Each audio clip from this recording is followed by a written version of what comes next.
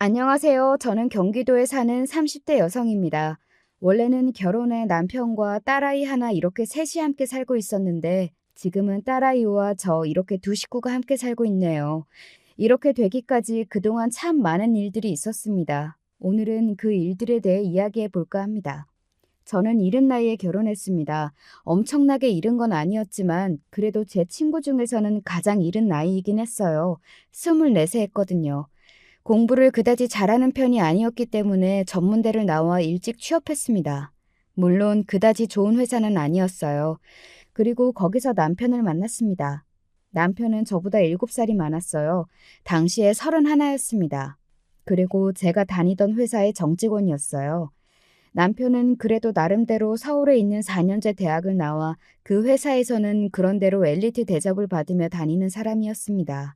당시 어렸던 저에게는 그런 남편이 굉장히 멋있어 보였던 기억이 있네요.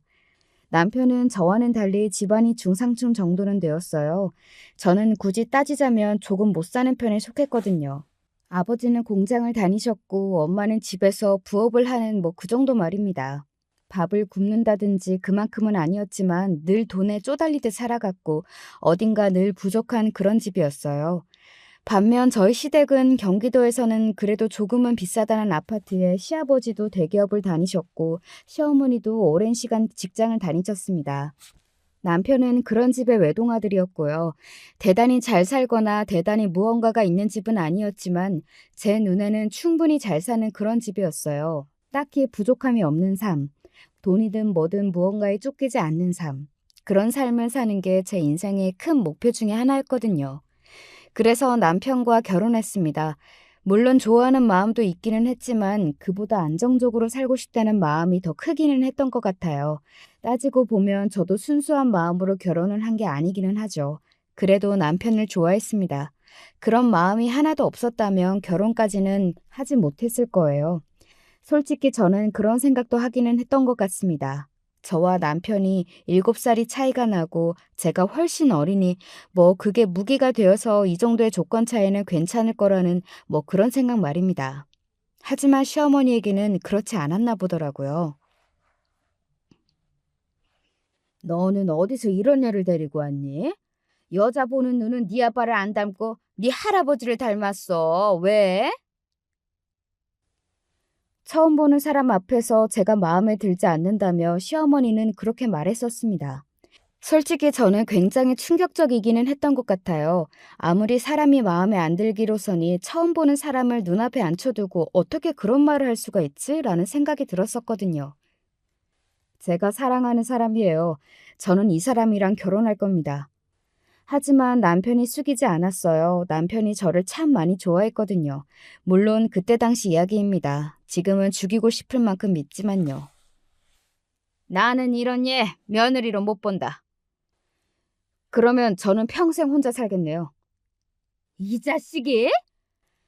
당시에 남편 나이가 30이 넘었었고 솔직히 나이로 보면 결혼이 급한 건 남편이지 제가 아니었어요.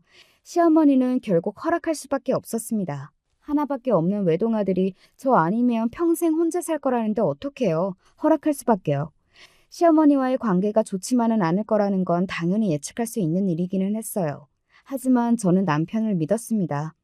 그때 저와 결혼을 하기 위해 시어머니에게 자신의 할 말을 단호하게 제대로 했던 남편의 모습을 보면서 앞으로도 이렇게 나를 지켜줄 거라고 정말 믿어 의심치 않았었거든요.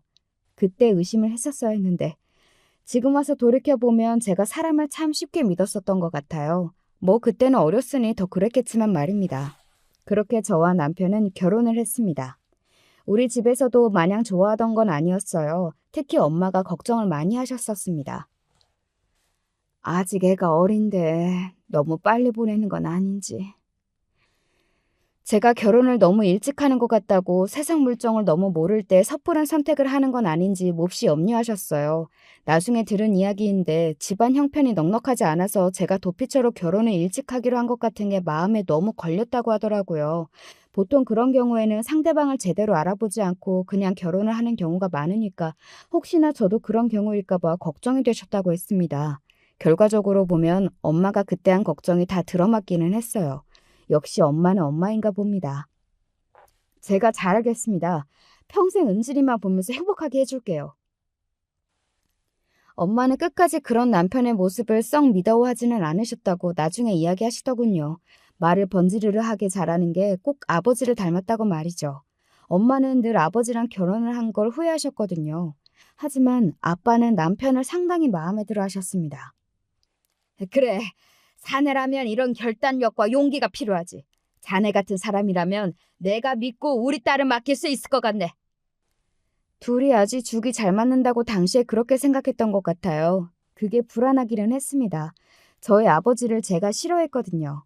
가부장적이고 가족들을 자기가 부리는 사람들쯤으로 아는 그 태도 같은 것들 말입니다. 그래도 당시에는 그런 사람이라고 믿지 않았어요. 뭐 그러니까 결혼까지 할 수 있었던 거겠지만요. 당시에 이런 사람이는 걸 알았으면 제가 어떻게 결혼을 할 수 있었겠어요?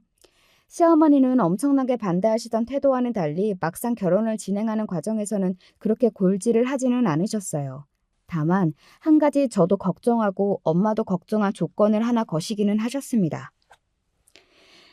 당분간은 제가 애들을 데리고 사는 게 어떨까 합니다만. 네? 지금 당장 분가를 시키는 것보다 우리 애도 조금 더 돈을 모으고 또 며느리랑도 친해질 수 있기도 하고 여러모로 같이 사는 게 좋을 것 같아서요. 아무래도 남편의 직장이자 제 직장이었던 그곳이 월급이 많은 회사도 아니었던 데다가 남편이 돈을 막 모으는 타입의 사람도 아니었기 때문에 시댁에서 돈을 보태줘야지만 분가를 할 수 있는 상황이었거든요. 그런데 시댁에서 일단은 당장 자신들도 그 정도의 여유는 없으니 데리고 있으면서 상황을 좀 보다가 남편이 돈을 모으고 또 자신들이 조금 더 보탤 수 있을 때 나가 사는 게 어떻겠냐고 한 겁니다. 걱정 마세요. 2년 안에 나올 겁니다. 남편이 그렇게 말하는데 거기서 제가 싫다는 말을 어떻게 할 수 있었겠어요. 그냥 조용히 고개를 끄덕일 수밖에 없었습니다. 물론 저희 엄마는 정말 싫어라 하셨지만 뭐 분위기가 그렇게 되니 어쩔 수 없기도 했고 말이죠. 저는 그렇게 결혼하고 시집살이를 시작했어요. 그리고 그 시집살이는 생각보다 훨씬 더 험난했습니다. 너는 제대로 할 줄 아는 게 뭐니? 못 배워먹은 애들은 다 이유가 있다니까? 그 머리는 장식으로 달고 다니니? 너같이 무식한 엄마 밑에서 태어날 애가 불쌍해서라도 내가 너 끼고 살아야겠다. 폭력에 가까운 폭언들이 매일같이 쏟아졌어요. 그거 아세요? 처음에야 그런 말을 한 귀로 듣고 한 귀로 흘릴 수라도 있지. 그게 반복이 되면 정말 내가 그런 사람인가, 내가 정말로 그만큼 모자라나 이런 생각을 하게 된다는 건 말입니다. 그러고는 결국에 세뇌당해서 자존감이 바닥을 치고 내가 정말 모자라는구나 라는 생각을 하게 돼요. 제가 그랬거든요. 처음에는 내가 여기서 왜 이런 이야기를 듣고 있지? 라고 생각하던 순간들도 있어요. 하지만 어느 순간 아, 내가 정말로 모자라서 이런 소리를 듣고 있구나. 정말로 시어머니나 남편이 아니었으면 나는 시집도 못 가고 구제불능으로 살았겠구나. 그런 생각들을 하게 되더라니까요. 그리고 늘 제 편이 되어줄 것 같던 남편도 어느 순간 변했습니다. 나 너무 힘들어. 네가 뭐가 힘들어. 집에서 하루 종일 놀기만 하면서. 내가 무슨 놀기만 해. 살림하는데. 살림이 일이야? 돈 버는 것도 아니고. 그리고 그마저도 어머니랑 같이 하잖아. 너같이 팔자편한 옆에 애가 어디 있다고 힘들대? 결혼이 3년이 지나가니까 그렇게 변하더라고요. 간도 쓸개도 다 빼줄 것까지 굴었던 남편은 더 이상 존재하지 않았습니다. 시어머니와 함께 저를 구박하고 쓸모없는 사람 취급하는 남편만 남았을 뿐 말이죠. 그리고 제가 딸아이를 낳고 나서는 그 구박과 폭언들이 날로 더 심해졌어요. 우리 집같이 손이 귀한 집에서 재수없게 첫째부터 딸을 낳아? 너는 정말로 마음에 드는 구석이라고는 없고 예쁜 짓이라고는 단 하나도 안 하는구나. 어? 죄송합니다. 그놈의 죄송합니다. 네 목소리도 듣기 싫으니까 내가 허락할 때까지 입도 뻥긋하지 마. 알겠어? 네. 뻥긋하지 말라고! 이렇게 글로 쓰면서 다시 떠올리니 제가 정말이지 굉장한 시집살이를 하기는 했던 것 같네요. 여러분들이 들으시기에도 그렇죠? 어떻게 저런 소리를 듣고 그런 취급을 받으면서 그 집에서 살 수 있었던 건지 다시 생각해도 정말 제가 대단하다는 생각이 들 정도네요. 뭘 몰랐으니 할 수 있었지 지금 하라고 하면 절대로 못할 것 같기는 합니다.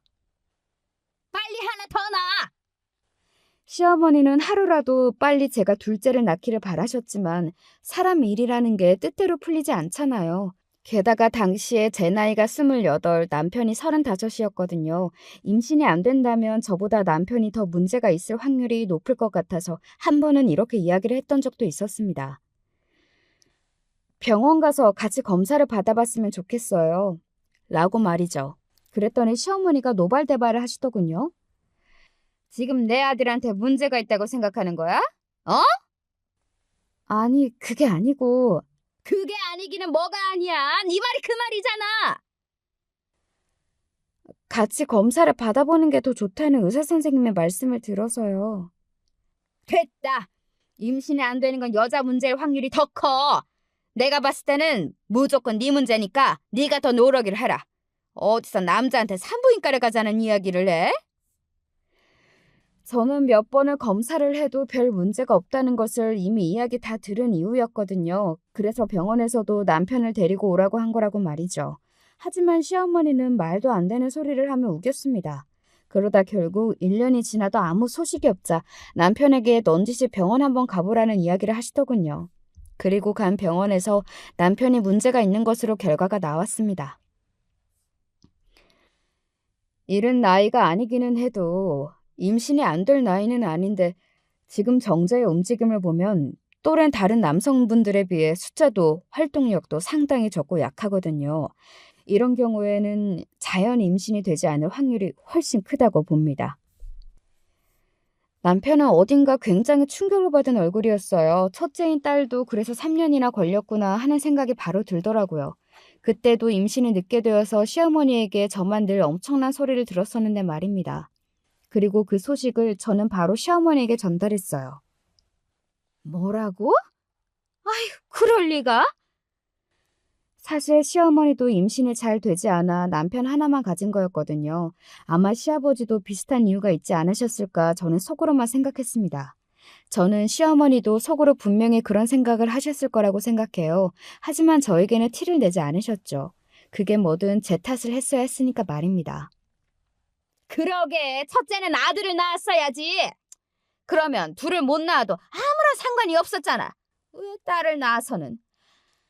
아이고, 이를 어쩌면 좋아. 더 이상 애를 못 가질 수도 있는데 하나 있는 자식이 딸이라니. 이제는 그렇게 제 탓을 하시더군요. 그리고 나서 저와 남편은 시험관 시술을 몇 번 받았지만 아이가 쉽사리 들어서지는 않았습니다. 지금 생각해보면 제 몸이 많이 망가지기는 했어도 그때 아이가 들어서지 않은 게 천만다행이라는 생각도 드네요. 지금 저와 제 남편이 어떻게 헤어지게 되었는지를 생각해보면 말입니다. 아이를 가지지 못하는 날들이 길어질수록 시어머니는 저에 대한 폭언과 괴롭힘이 점점 더 심해졌고 저는 정말 하루하루를 버틴다는 마음으로 살았던 것 같습니다. 어느 정도였냐면 만약 저에게 딸아이가 없었다면 저는 진작에 그 집을 뛰쳐나오거나 좋지 않은 선택을 했을지도 몰라요. 그 정도로 저를 향한 시어머니의 괴롭힘은 심했습니다. 아들도 못 낳은 게 어디서 앉아서 밥을 먹어? 아들도 못 낳은 게 지금 잠이 오니? 이런 먹고 자는 문제로도 시비를 걸고 괴롭히기 시작하니 정말 눈물이 나오더라고요. 사람이 왜 절대로 이런 걸로는 건드리지 말아야 한다, 뭐 그런 것들이 있잖아요. 그중의 것들이 바로 먹고 자는 문제고 말입니다. 하지만 시어머니는 정말이지 그런 것에서도 거리낌이라고는 없으셨습니다.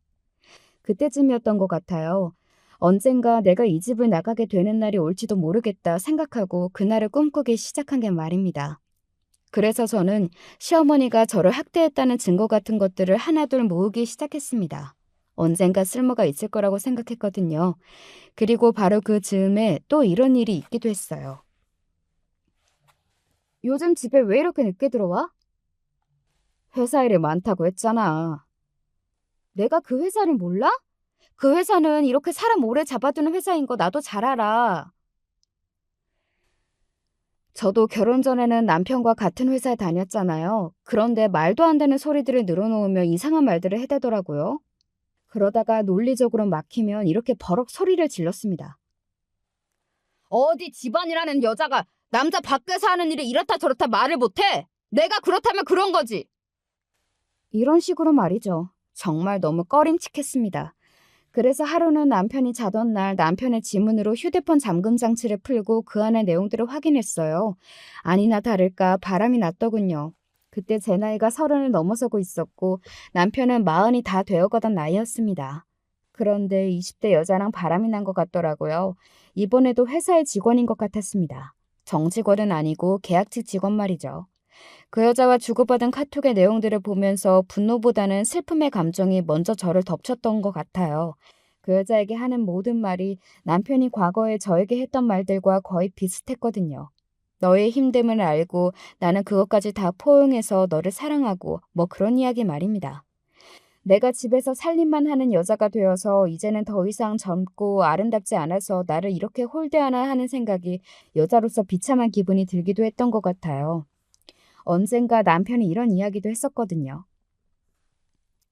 아무리 집에서 살림만 한다고 해도 이렇게 너무 후줄근하게 있는 건 아니지 않아? 어디 나갈 것도 아닌데 그러면 뭐 차려입고 화장하고 그러고 있어야 해? 왜? 내가 보잖아.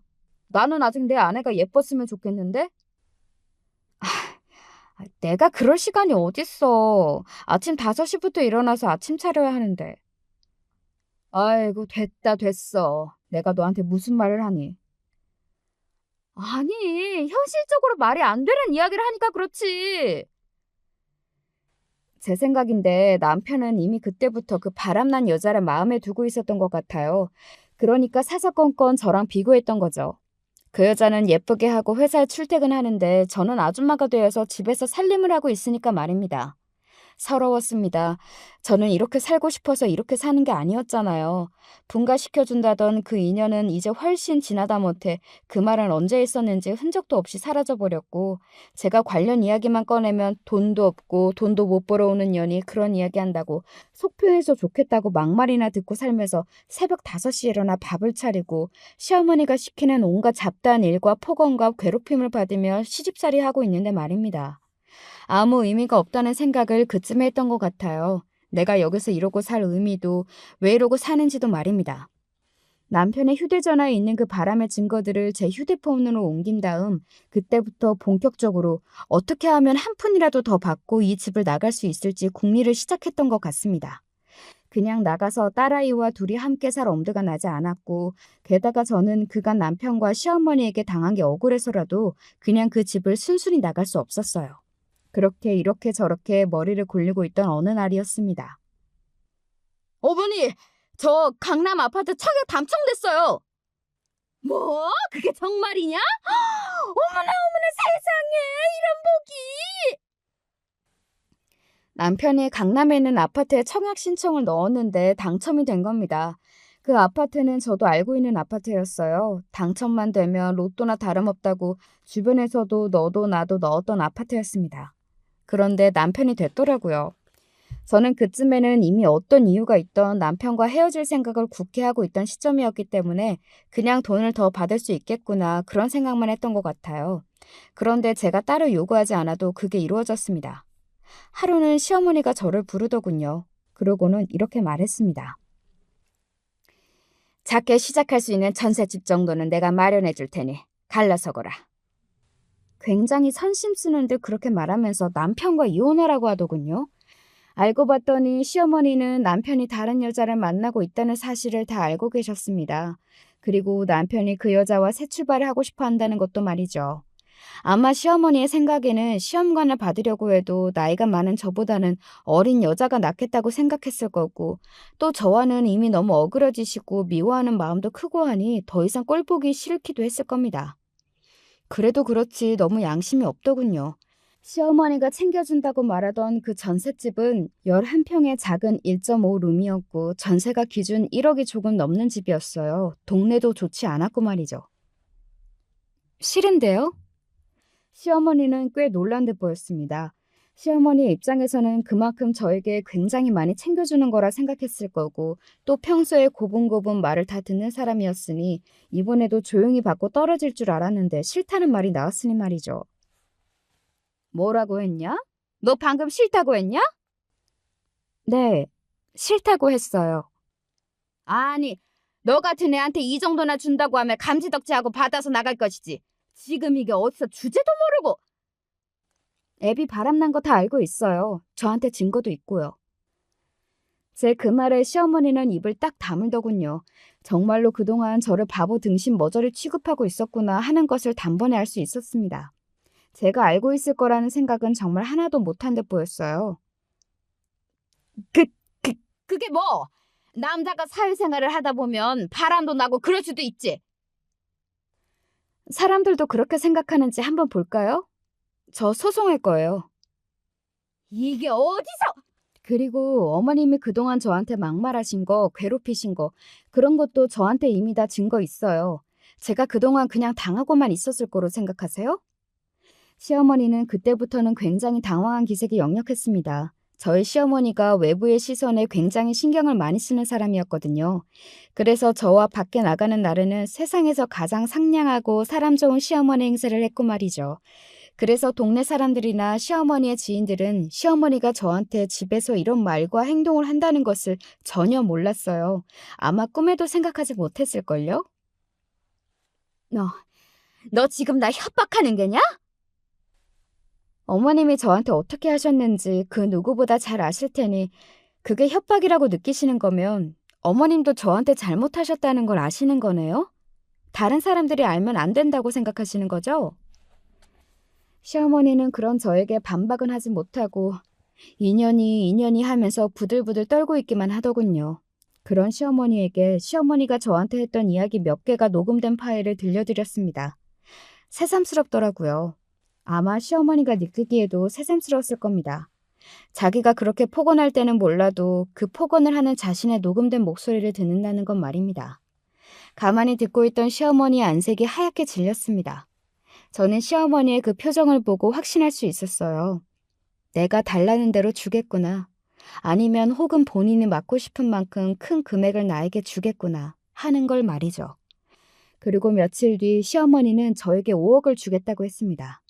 물론 남편의 바람과 그리고 본인이 폭언했던 그 녹음본을 영원히 풀지 않는다는 조건으로 말이죠. 5억이나 되는 돈을 주겠다 이야기하는 시어머니를 보니 문득 이런 생각이 들더군요. 제가 그렇게 싫으세요? 그래. 그리고 이제는 더 싫다. 이렇게 음흉하게 뒤에서 남의 흠이나 잡는 아이라는 걸 알았으니 네 얼굴 보는 것도 너무 싫어서 온몸이 떨려. 그러니까 저한테 그렇게 안 사셨으면 됐잖아요. 나는 네가 처음부터 싫었어. 네 년이 강남 아파트에 편하게 사는 꼴을 내가 어떻게 보냐? 죽어도 못 보니까 이 돈 들고 썩 꺼져. 그리고 내 눈앞에, 내 아들 눈앞에 다시는 나타나지 말거라. 알겠냐? 시어머니와 제가 그렇게 이 결혼을 정리하는 동안 남편은 아무것도 하지 않았습니다. 정말 비겁하고 치졸하죠? 그래도 거의 8년을 한 집에서 부부로 살았는데 저에게 미안하다는 사과 한마디 없었어요. 그저 입을 꼭 다물고 가만히 자신의 엄마 뒤에 숨어서 이 모든 상황이 마무리되기를 바라고 있을 뿐이었죠. 새삼 내가 저런 인간을 남편이라고 믿고 의지하고 살았다니 하는 큰 후회가 밀려오더라고요. 그래도 모든 과거를 후회하지는 않으려고요. 어쨌든 저에게는 눈에 넣어도 아프지 않을 사랑하는 딸이 있으니까요. 그렇게 저는 남편의 외도도 시어머니 학대도 그 어디에도 발설하지 않겠다는 각서를 쓰고 5억을 받아 합의 이혼을 했습니다. 8년이 넘는 세월 동안 그렇게 갖은 학대를 받고 인간 취급을 받지 못하고 산 대가로 누군가는 적다고 생각할 수도 있겠지만 저로서는 그게 최선이었던 것 같아요.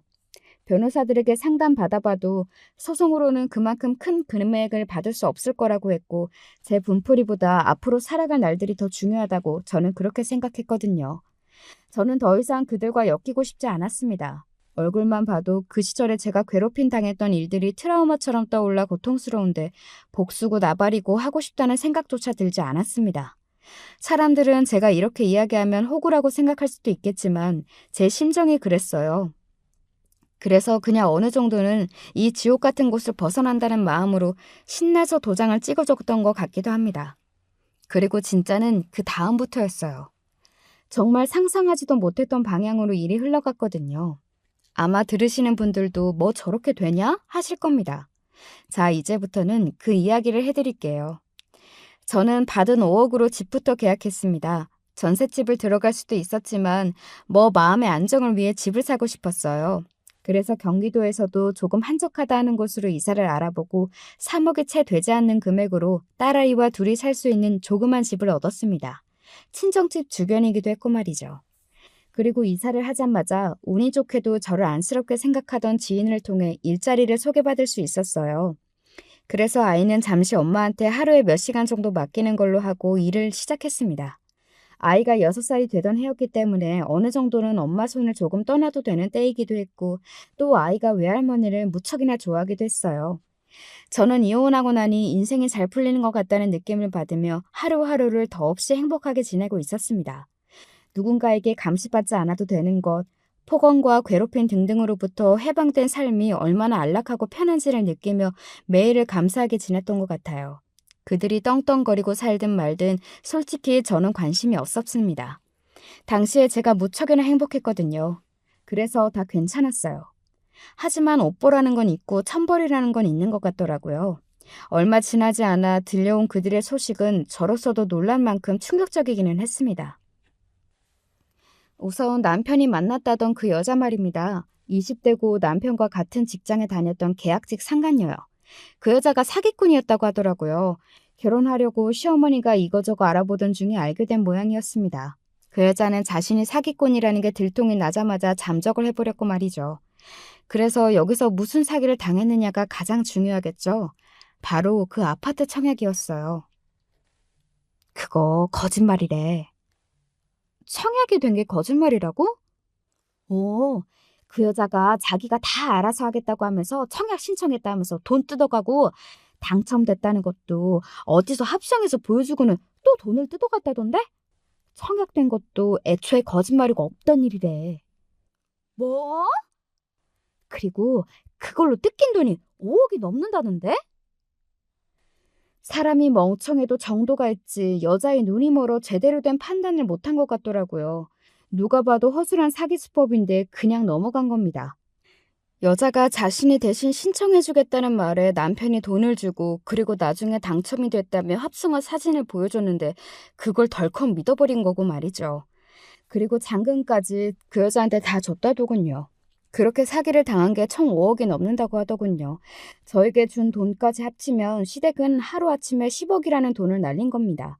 그 집이 그렇게까지 부자도 아닌데 그 정도의 금액이면 엄청나게 큰 금액이거든요.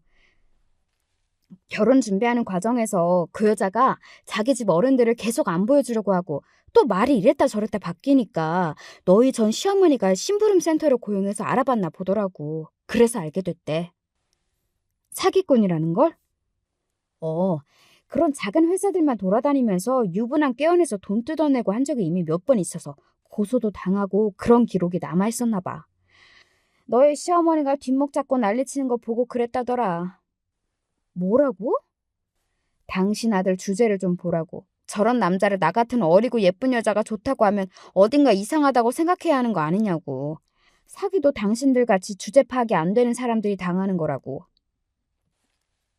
사실 맞는 말이기는 하죠. 그리고 저도 이상하다고 생각했거든요. 남편이 볼 게 뭐가 있어서 미래가 창창해 보이는 어린 여자가 남편을 좋다고 그러는 건지 말입니다. 저는 그냥 눈에 뭐가 씌어서 그런가 보다 하고 넘겼는데 역시 그런 건 없더라고요. 이상하다 싶으면 그건 이상하게 맞는 것 같아요. 지인이 말을 이어갔습니다. 네 남편 완전히 정신을 놓았나 보더라고. 회사에서 멍하니 앉아서 아무 일도 못해서 윗사람들에게 불려가고 또 임원한테 왜 그런 여자를 뽑았냐고 고래고래 소리 질러서 회사가 뒤집혔었다고요. 그 말이 웃기기는 했습니다.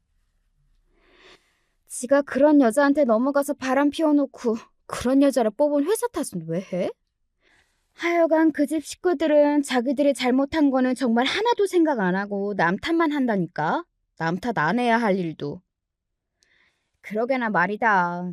그래서 회사도 잘리기 직전이래. 정말? 아예 부서 이동을 시켰는데 거기가 하루 종일 일도 없고 책상도 없고 뭐 그렇다더라. 그냥 그만두라고 위에서 압박하는 거지 뭐. 그 치욕을 겪으면서 어떻게 회사를 계속 다니냐? 게다가 너희 남편 자존심도 세다며. 네, 저희 남편은 꼴에 자존심이 무척이나 센 사람이었거든요.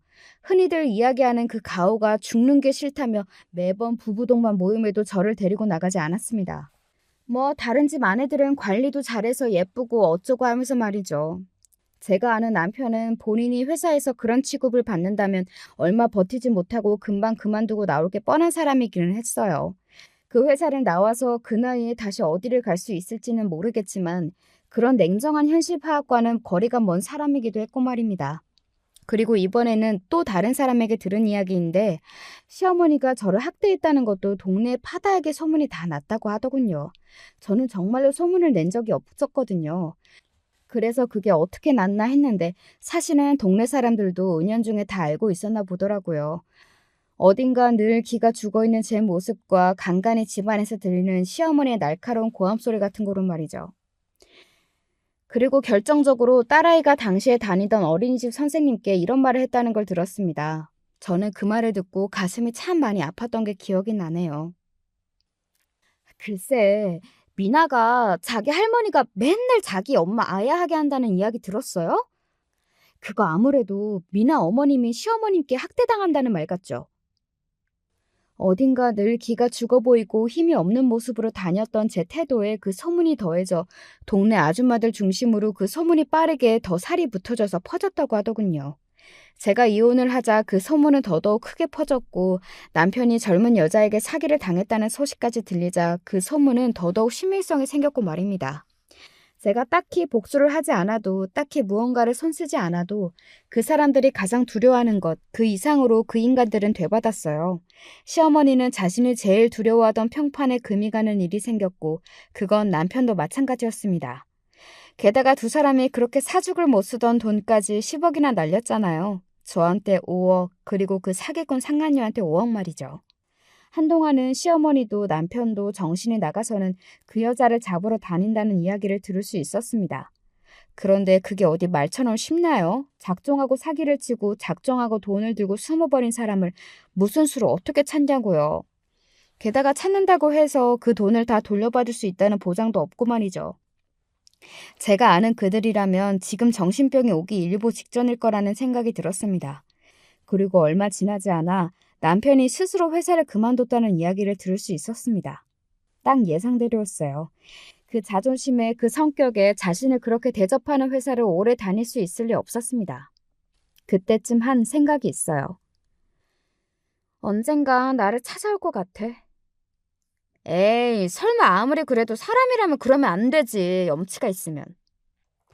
염치가 있는 인간들이고 사람이었으면 나한테 그런 짓을 할 수 있었겠어? 이제 본인들이 준 5억이 생각나겠지. 그리고 나는 우습게 보니까 잘 꼬여내면 다시 합칠 수도 있을 거라고 생각할걸? 내가 그 사람들 제일 잘 알아. 지금 무슨 생각을 하고 있을지 너무 뻔해. 그리고 저의 그 예상은 바로 적중했습니다. 지인과 그런 내용의 대화를 나눈 지 얼마 지나지 않아서 시어머니와 남편이 저를 찾아왔거든요. 전혀 놀라지 않았어요. 오히려 올 것이 왔구나 하고 생각했지 말입니다. 예상하고 있던 바였으니까요. 여보, 내가 미안해. 남편이 올 듯한 표정으로 저를 보며 그렇게 이야기하더군요. 남편과 시어머니는 제가 다 알고 있다는 사실은 몰랐습니다. 당신이랑 헤어져 보니까 당신이 그리고 우리 미나가 얼마나 소중한지 너무 잘 알겠더라. 나 정말 반성 많이 했으니까 다시 한번 기회를 줘. 응? 그래. 아니, 남자가 이렇게까지 숙이고 사과하는데 받아주렴. 응? 아니, 너도 여자 혼자 살기 힘들지 않겠니? 애 키우는 거나 여러모로. 저는 그런 그들을 보고 픽 비웃었어요. 남편과 시어머니는 그런 제 표정이 1차적으로 놀란 듯 보였습니다. 제가 그렇게 나올 거라고는 상상조차 못한 듯 보였어요. 정말 양심 없죠? 왜? 그 사기꾼이 도저히 잡힐 것 같지가 않아? 그런 제 말에 남편이 움찔하더군요. 시어머니도요. 당신이 그걸 어떻게... 당신은 내가 아직도 아무것도 모르는 사람처럼 보여? 당신 그 여자랑 결혼하려다가 사기당해서 5억 넘게 날렸다며? 그 청약 당첨된 것도 다 그 여자가 친 뻥이고. 아니 여보, 그거 아니라도 나는 당신의 제일 소중... 어디서 여보 소리가 나와? 너랑 나랑 도장 찍은 거 기억 안 나? 남남이라고! 남편은 제 그 단호한 태도에 놀란 듯 했습니다. 그리고 그건 시어머니도 마찬가지인 듯 보였어요.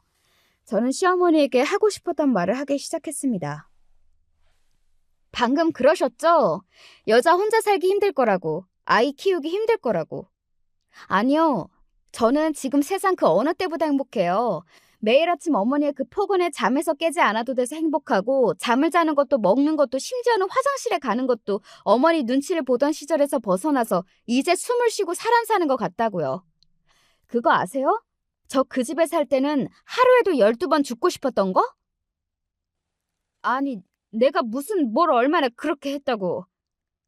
뭘 얼마나 그렇게 해요? 사람이 양심이 있으면, 그리고 생각이 있으면 내가 다시는 그 집에 돌아갈 거라고 생각을 한다는 것 자체가 말이 안 되지 않아요? 아무리 바보고 아무리 멍청해도 어떻게 내가 그 집에 다시 기어들 거라고 생각하냐고요. 자신들이 한 짓을 모조리 까먹지 않는 이상. 시어머니는 여전히 조금은 억울한 표정이었지만 아무 말도 하지는 않았습니다. 저는 차라리 밖에서 죽으면 죽었지 그 집으로 다시 돌아갈 일은 없어요.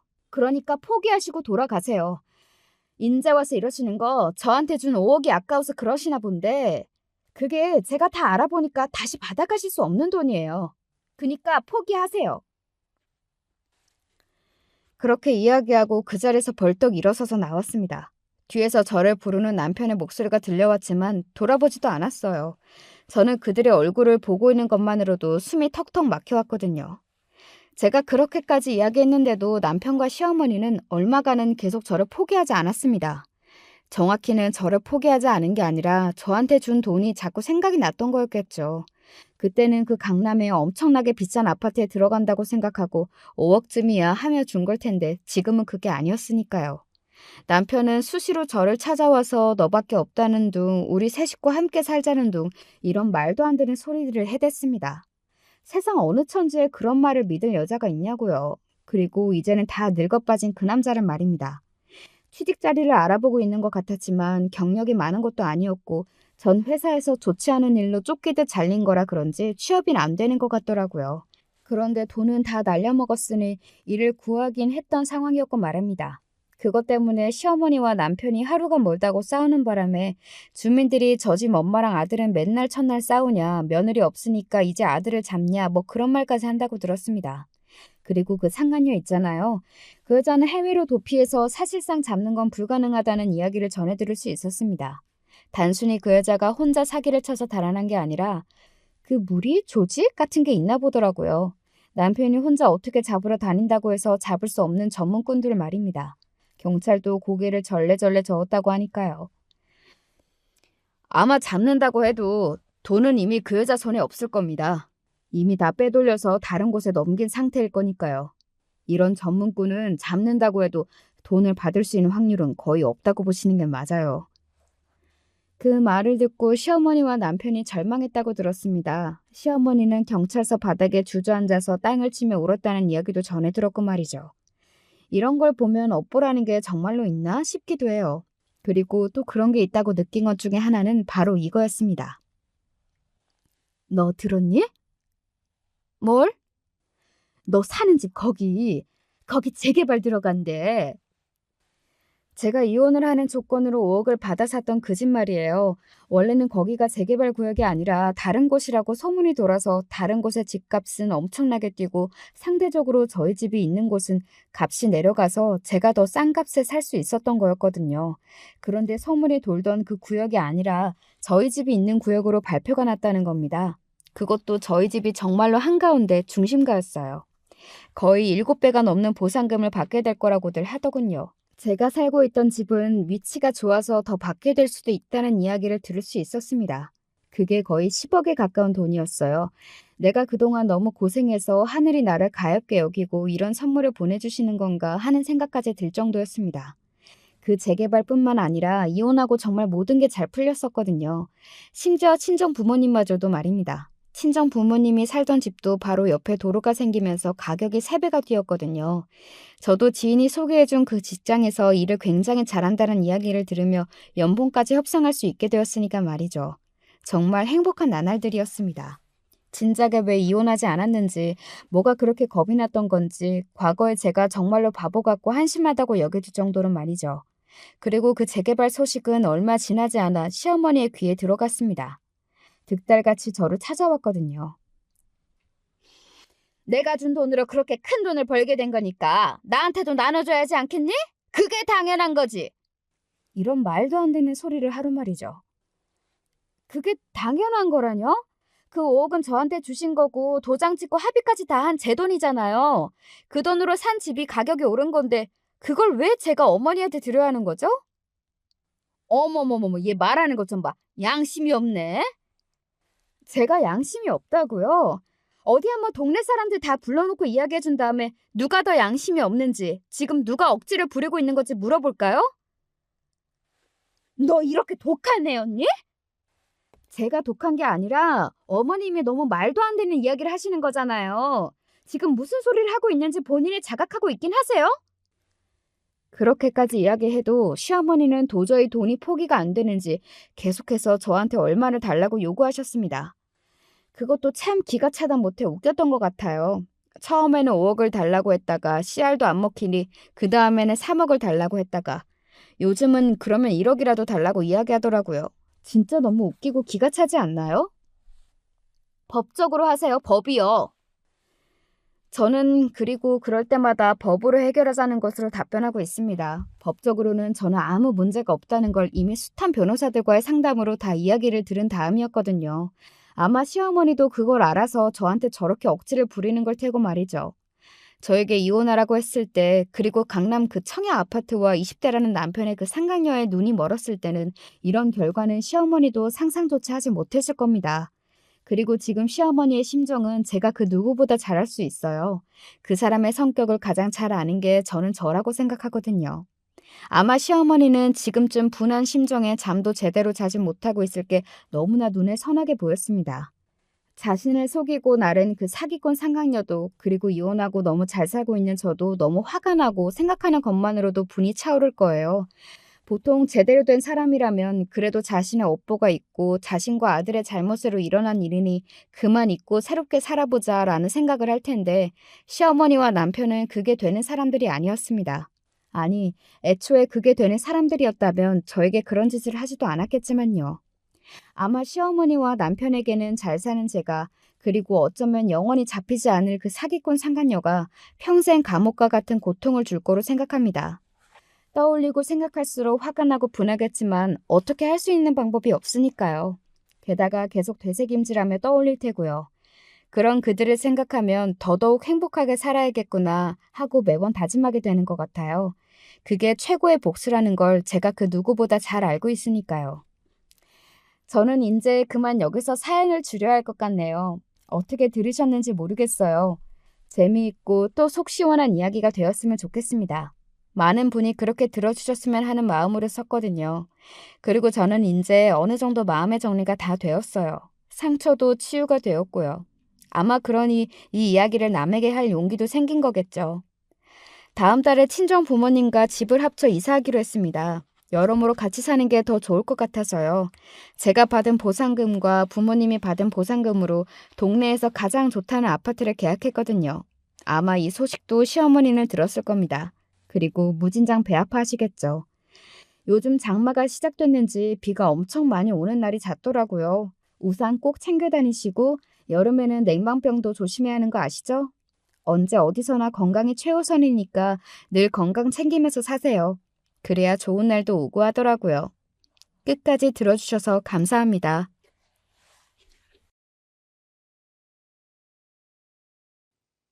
안녕하세요. 저는 서울 중랑구에 살고 있는 30대 초반 여자입니다. 개인적으로 좀 심한 일을 당했는데 전 괜찮을 줄 알았지만 주변에선 자꾸 심리치료나 병원을 다녀보라고 해서요. 저도 어딘가 하소연하고 싶기도 하고 해서 용기 내어 한번 얘기해 봅니다. 저는 2년 전에 결혼을 했고 아이는 없는 상태예요.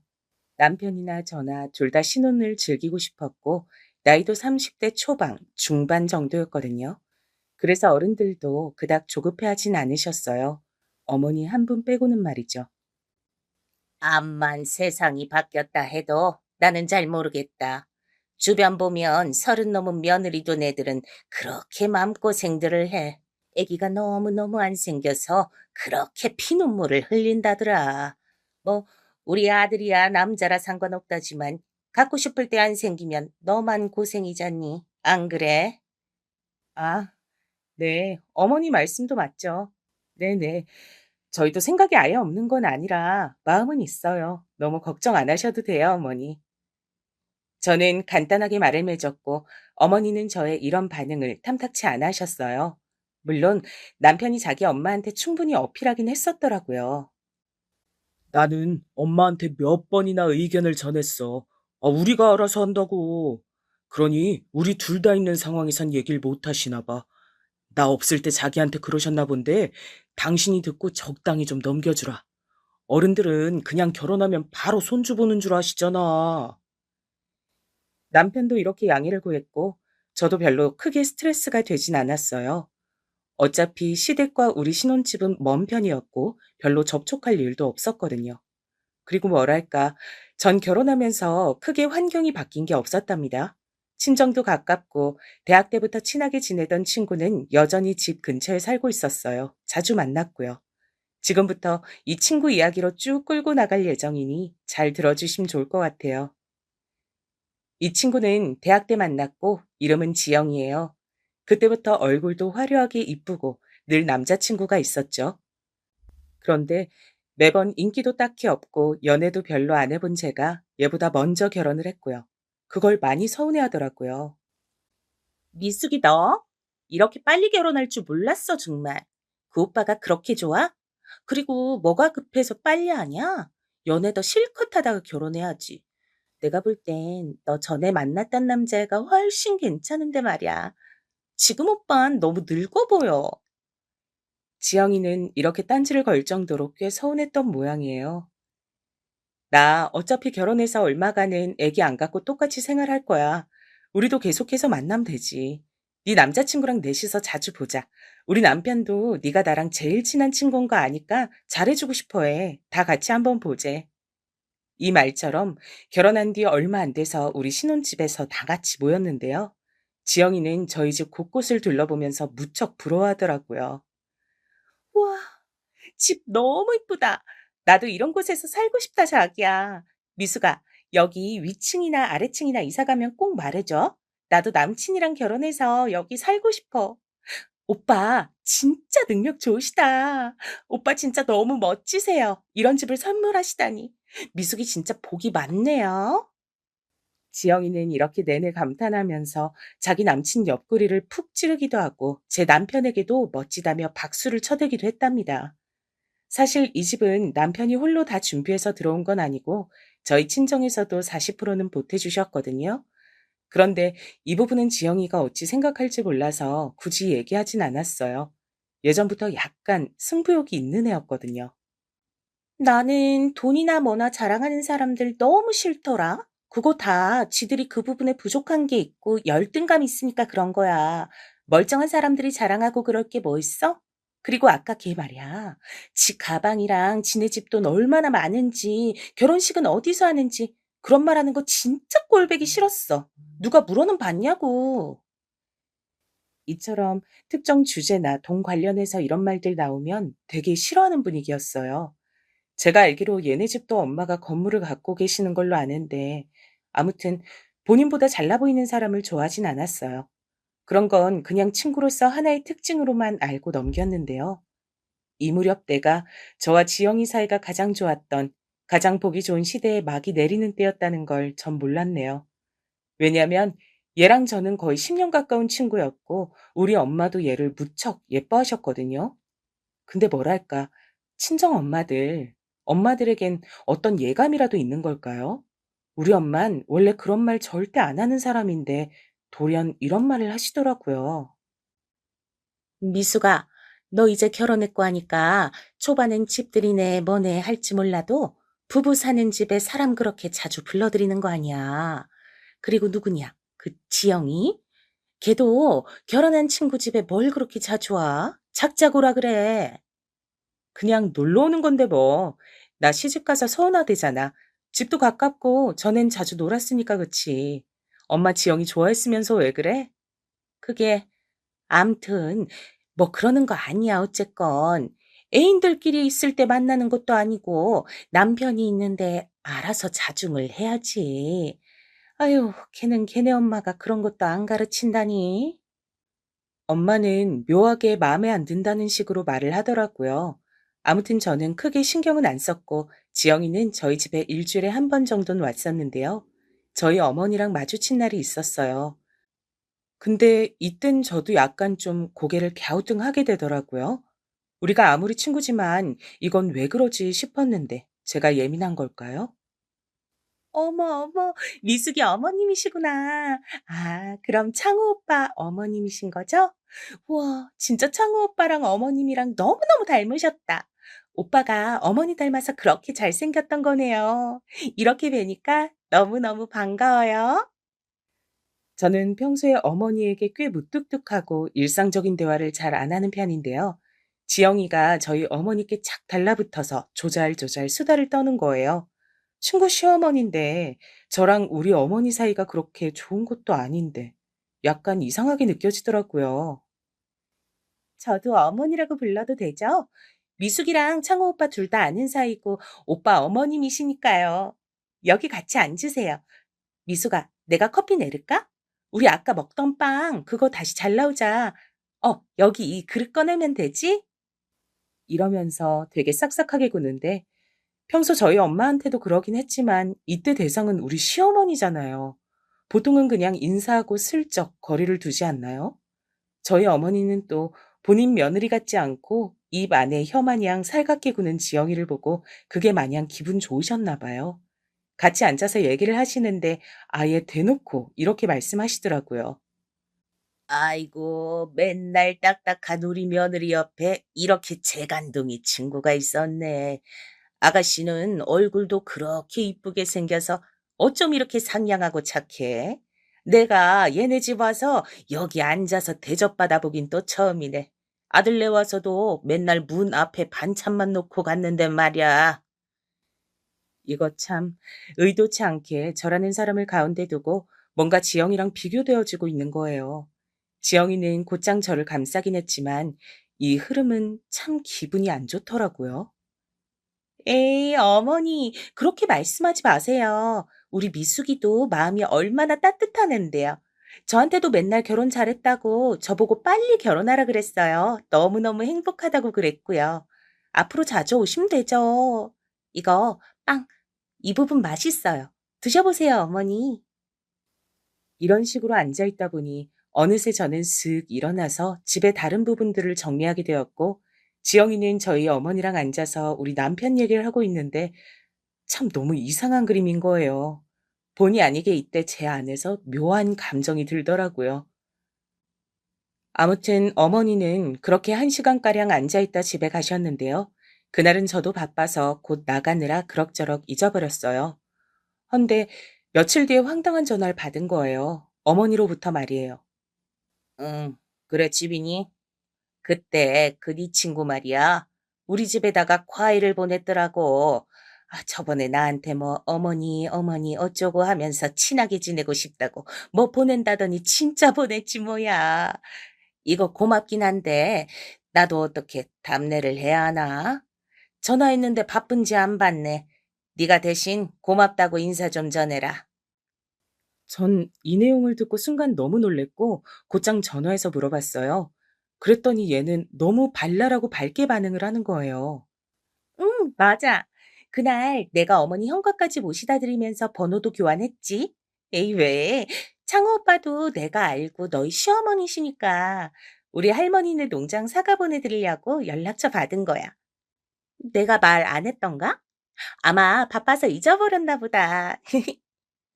그런데 저는 이 반응이 왠지 마음에 안 들어서 약간은 가시가 돋은 채로 말을 하게 되었어요. 저기, 지영아. 암만 그래도 이건 내 개인적인 관계인데 너 마음은 알겠지만 난 시댁 같은 섬세한 관계는 그런 부분까지 친구랑 공유하고 싶지가 않아. 나랑 어머니 관계도 있고 다 각각 입장이 있는 건데. 게다가 나한테 말도 안 해줬잖아, 너. 나 되게 놀랐어, 어머니한테 듣고. 그러자 지영이는 세상도 별일 아니라는 듯 너무나 천진난만하고 밝게 바로 사과를 하는 거예요. 제가 어떻게 반응하는 게 좋았을까요? 어머, 어머, 난 진짜 뭐 너 곤란하게 할 뜻 아니었는데? 내가 너무 오지랖이 넓었나 봐. 그냥 너랑 창호 오빠 내가 다 좋아하는 사람들이니까 그런 건데. 내가 너 불편하게 했으면 이제 연락 안 할게. 미안, 미안. 이렇게 나오니 저도 불쾌했던 기분을 어떻게 더 해소하기도 그렇고 그냥 넘겼어요. 남편도 나중에 알았는데 제가 예민한 거라고 하더군요. 지영 씨, 워낙 활발하고 사람 좋아하잖아. 나도 아까 엄마가 전화해서 그 얘기 하더라고. 엄청 싹싹하고 밝대나. 아, 그냥 자기가 너무 뭐라고 그런 거 아니야? 말 맞다나 자기랑 나 생각해서 그랬다잖아. 친구가 좋은 마음으로 한 건데 괜히 어색해지게 그러지 마. 우리도 뭐 받은 셈이니까 담례나 하자. 이 말을 듣고 저도 제가 괜히 쫌생이처럼 군 건가 싶어 좀 불편해지더라고요. 여지껏 지내오면서 제가 싫은 소리를 그렇게 대놓고 한 적은 없었으니까요. 그렇게 해서 우리 남편과 셋이서 밖에서 저녁을 먹게 됐는데 전 이날 불러놓고 조금 후회하게 됐어요. 잠시 미안한 마음을 가졌던 게 무색할 정도로 이날 절 불편하게 만들었거든요. 오빠. 저 그래서 요즘 남친이랑 사이 별로 안 좋아요. 그날 오빠네 왔을 때도 표정 뚱한 거 있죠? 자기는 이런 집 해올 능력이 안 된다면서 그렇게 마음에 들면 창호 오빠한테 시집 가라고 화를 막 내는 거예요. 그래서 제가 그랬죠. 창호 오빤 이미 미숙이랑 결혼했는데 어떻게 하냐고요. 이 장난이 기분 나빴는지 지금 완전 삐졌어요. 그러자 남편은 순간 당황하는 듯 하더니 얼굴이 빨개지는 거 있죠. 저는 얘가 너무 무례하다고 생각했는데 왜 남편 반응은 저런 거냐고요. 이거 안 되겠네. 나는 몸이 하나인데 외동이라 닮은 동생 소개시켜줄 수도 없고 말이야. 그런데 그 친구도 참 주영 씨 정도면 남자들이 줄을 서고 앞다퉈 집해오고 뭐 해줄 텐데 그렇게 속 좁게 굴면 어떡해? 여자친구가 홧김에 확 헤어지자고 하면 어쩌게? 어느새 둘이 너무 이러쿵저러쿵 장단맞기 얘기를 하고 있었고 여기서 진짜 속 좁은 사람은 내가 아닌가 싶을 정도로 분위기가 좀 별나게 됐어요. 어머, 또 미숙이 놔두고 나랑 오빠만 얘기를 했네. 오빠랑 저랑 진짜 성격 잘 맞는 것 같아요. 벌써 시간이 이렇게 돼버렸잖아. 아, 이제 그만 가야겠어요. 미숙아, 미안, 미안. 우리 얼른 일어나자. 나 내일 출근해야 돼. 이렇게 생글생글 웃는 지영이는 제 눈에 이제 더 이상 유쾌하고 밝게만 느껴지지 않았어요. 돌아오는 차 안에서 저는 왠지 모르게 끓어오르는 이상한 감정이 있었고 기분이 계속 나쁘더라고요. 더 속상했던 건 남편은 지영이를 내려주고 난 뒤 저의 이런 기분 상태를 전혀 알지 못하는 거예요. 아, 밥 진짜 배부르게 잘 먹었다. 그 식당에서 3시간씩 있어 본 거 처음이야. 집에 가면 바로 씻고 TV 좀 보다 자야지. 자긴 안 피곤해? 가서 자기 먼저 씻어. 나는 회사에 일이 아직 마무리할 게 있고 메일도 보내고 그렇게 좀 해야겠네. 이처럼 제 기분은 전혀 캐치하지 않고 관심 없는 듯 느껴지더라고요. 저는 속내를 밖에 드러내기까지 시간이 많이 걸리는 편이라 남편에겐 어떤 속상함도 티내지 못했어요. 찝찝한 마음으로 잠들었다가 다음날 엄마에게 이런 마음을 토로했는데요. 엄마는 한창 말이 없이 응, 응 하면서 제 얘기만 듣다가 이렇게 말씀하시더군요. 보니까 이제 네가 좀 말이 통하네. 엄마가 미리 멀리 보고 이런저런 얘기 해주긴 좀 그래서 아유 그냥 옆에서 지켜보느라 얼마나 속 터졌는지 몰라. 너 지영이 기집애랑은 이제 거리 좀 더 바쁘다고 하고 자주 만나지 마. 고기집애 그런 타입이 꼭 사이에 남자 끼면 그런 식으로 머리 위에서 놀려고 한다니까. 그게 뭐야. 나도 기분 많이 나쁘고 별로긴 한데 엄마 말이 잘 이해가 안 가. 그렇게까지 나쁘게 봐야 돼?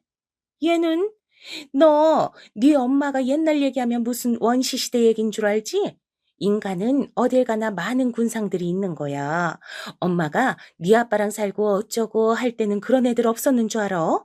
꼭 저렇게 친구가 괜찮은 남자 만나거나 결혼한 것 같으면 그 상대를 탐내는 것들이 있다니까. 지영이 그것도 그런 기미가 다 보였어. 딱이잖아, 아주. 지영이도 그런 것 같다고? 근데 걔 예전에는 걔가 훨씬 남자친구 많이 사귀었고 나는 걔보다 반에 반도 못 만나보고 결혼한 건데? 왜 그러는지 난 이해가 안 돼. 자꾸 우리 남편한테 오빠 오빠 거리는 것도 이제 거슬려, 엄마. 그러자 엄마는 한숨을 푹푹 쉬시더니 되게 극단적으로 말씀하시는 거예요.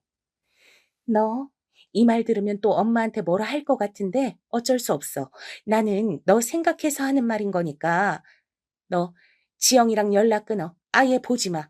김서방한테도 그 가시네 얘기 꺼내지도 말고 물어도 모른다 그래. 그냥 투명 인간처럼 네 둘 사이에서 아예 지워버려. 응? 뭐 그렇게까지 하라고? 왜 그래야 되는데?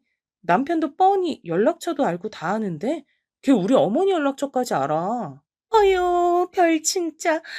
그러니까 더 연락 끊으라는 거야. 기집애가 아주 선을 모르는 척 알고 넘나드네 여시같이. 그거 내가 쫓아가서 한마디 해야 되나? 하여간 넌 내가 지금 말해줘도 못 알아먹을 테니까 그냥 연을 끊어. 바쁘다 그래. 어? 당시 엄마의 말이 너무 극단적이고 갑작스러워서 전 어제까지만 해도 밥 잘만 먹고 놀던 친구를 끊을 수가 없었어요. 헌데 그쯤 제가 얘와의 관계를 어째야 하나 고민하고 있을 때 말이에요. 마침 지영이도 뭔가 바빠졌다고 얘기를 하더니 한동안 못 봤어요. 그렇게 일주일에 한 번씩 드나들던 애였는데 직장 문제로 바쁘다더니 거의 두세 달을 못 봤거든요. 그런데 갑자기 연락 와서 이런 말을 하는데 듣고 무척 놀랐어요. 미수가, 나 너무 힘들어. 남친이 너무 좋은데 자꾸 싸우고 우리 이러다가 헤어지면 어떡하지? 너가 좀 도와주면 안 될까? 만나자고 해도 계속 피하고 좀 그래. 창호 오빠도 내 남친 몇 번 봐서 아니까 같은 남자로서 좀 보고 도와주면 안 돼? 응? 그게 무슨 말이야? 네 남친 무슨 일 있어? 왜 싸우고 왜 헤어져? 그런데 이때 지영이가 엄청 심각한 얘기를 하는데 저도 순간 긴장했어요. 듣자마자 아무래도 도와줘야겠다는 생각이 들었으니까요. 그게 이 사람 여자가 있는 느낌이 들어. 얼마 전까지만 해도 결혼하고 싶다던 사람이 자꾸 만나는 횟수도 줄이고 전화도 안 받고 말이야. 그러면서 친구들은 잘 만나고 다니더라고. 나랑 헤어지고 싶은 것 같아. 갑자기 이럴 리가 없잖아. 응? 너랑 오빠가 우리랑 같이 좀 만나서 이 사람 좀 떠봐주면 안 될까? 하도 간절하게 부탁을 하고 있었고 이 말투나 내용들을 보니 그간 저의 생각들이 참 한심하게 느껴지는 거예요. 지영이는 이렇게 지 남자친구에게 진심으로 푹 빠져 있고 하나하나 살피고 열을 올리고 있는데 말이에요. 괜히 우리 남편이나 시어머니께 싹싹하다고 제가 참 쓸데없는 의심을 했단 걸 깨달았어요. 그리하여 우리 부부와 지영이와 지영이 남친까지 넷이서 만났는데요. 특별한 소득 없이 지나갔어요. 평소처럼 그냥 같이 식사하고 별거 아닌 대화들을 하다 보니 그냥 시간이 흘러갔는데요. 단지 그 둘을 보내고 난 뒤에 남편의 반응이 좀 그렇더라고요. 당신 그 정우라는 친구한테 되게 친절하더라.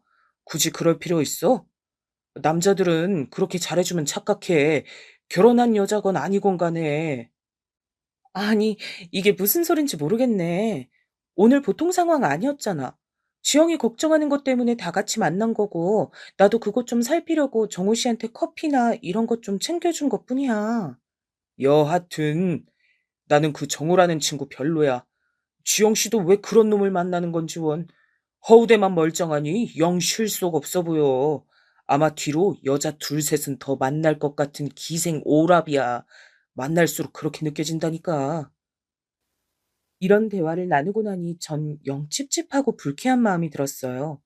저를 생각해서 질투를 하는 건지 아님 그냥 지영이 남친이 같은 남자로서 싫은 건지 구분이 안 가더라고요. 아무튼 다음날 지영이한테 전화가 왔고 전 대강 느낀 바들을 말했어요. 남편이 했던 얘기도 살짝 수위를 낮춰서 말했는데요. 이때 지영이 반응이 왠지 전 거슬리더라고요. 우리 남편 말로는 이 사람이 그런 얘기를 듣고 너무 예민하게 받는진 몰라도 정호 씨가 썩 마음에 안 드나 봐. 여자가 있고 어쩌고 여부야 우린 모르지만 남편 말론 정호 씨가 나한테도 너무 격이 없이 대하는 느낌이라 가벼워 보인다더라고. 아, 우스갯소리로 나한테 딴 생각 있는 줄 알았다면서 뭐라 그러더라니까. 아무튼 이건 그냥 농담으로 넘기고 널 그렇게 심적으로 힘들게 한다면 정리하는 게 좋지 않을까? 이 말에서 갑자기 지영이는 뭔가 불쾌한 듯 목소리가 굳어지더니 바로 이죽거리면서 받아치는 거예요. 제가 뭔가 잘못한 걸까요? 에? 왜 그렇게 말을? 아, 다 떠나서 내 남친이 왜 너를? 그럴 리가 없지. 그리고 너한테? 아, 그거 너무 같다. 내가 있는데 왜 너한테 딴 생각을 품겠어? 말이 되는 소리를 해야지. 나 같은 애를 만나면서 너를? 반대면 몰라도 무슨, 아, 내가 너무 쓸데없는 상담을 했나 보다. 얘기가 한참 산 너머로 가버렸네. 이제 신경 안 써도 돼. 그럼 나중에 연락할게. 안녕. 이러고 전화를 끊어버리더라고요. 저도 제가 별 얘기를 다 했나 싶었지만 지영이의 저 말에는 은연중 저를 무시하는 듯하게 느껴지더라고요. 여자로서의 입지론 자기가 더 우위에 있다는 느낌을 받았어요. 여하튼 저도 이때 남의 일에 다신 참견하지 않겠다는 결심을 했고 얼마간 연락하지 않았거든요.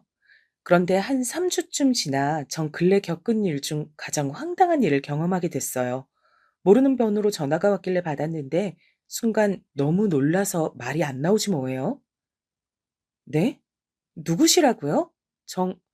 어머, 지영이 남친 그 정호 씨요? 아, 네네. 저기 무슨 일이세요? 그게, 음, 저랑 지영이 며칠 전에 헤어지게 됐어요. 우리 이제 안 보게 됐거든요. 아무튼 그걸 떠나 시간 좀 되실까요? 제가 미숙 씨 좀 따로 뵀으면 하거든요. 아, 이게 뚜렷한 용건이 있는 건 아니지만 아무튼 좀 뵐 수 있을까요? 전 여기서 이상한 낌새가 느껴져 얼른 전화를 마무리 짓고 끊었고요. 너무 당황스럽고 상담할 곳이 없어 친정 엄마에게 연락을 했어요. 엄만 듣자마자 아주 펄펄 뛰셨죠.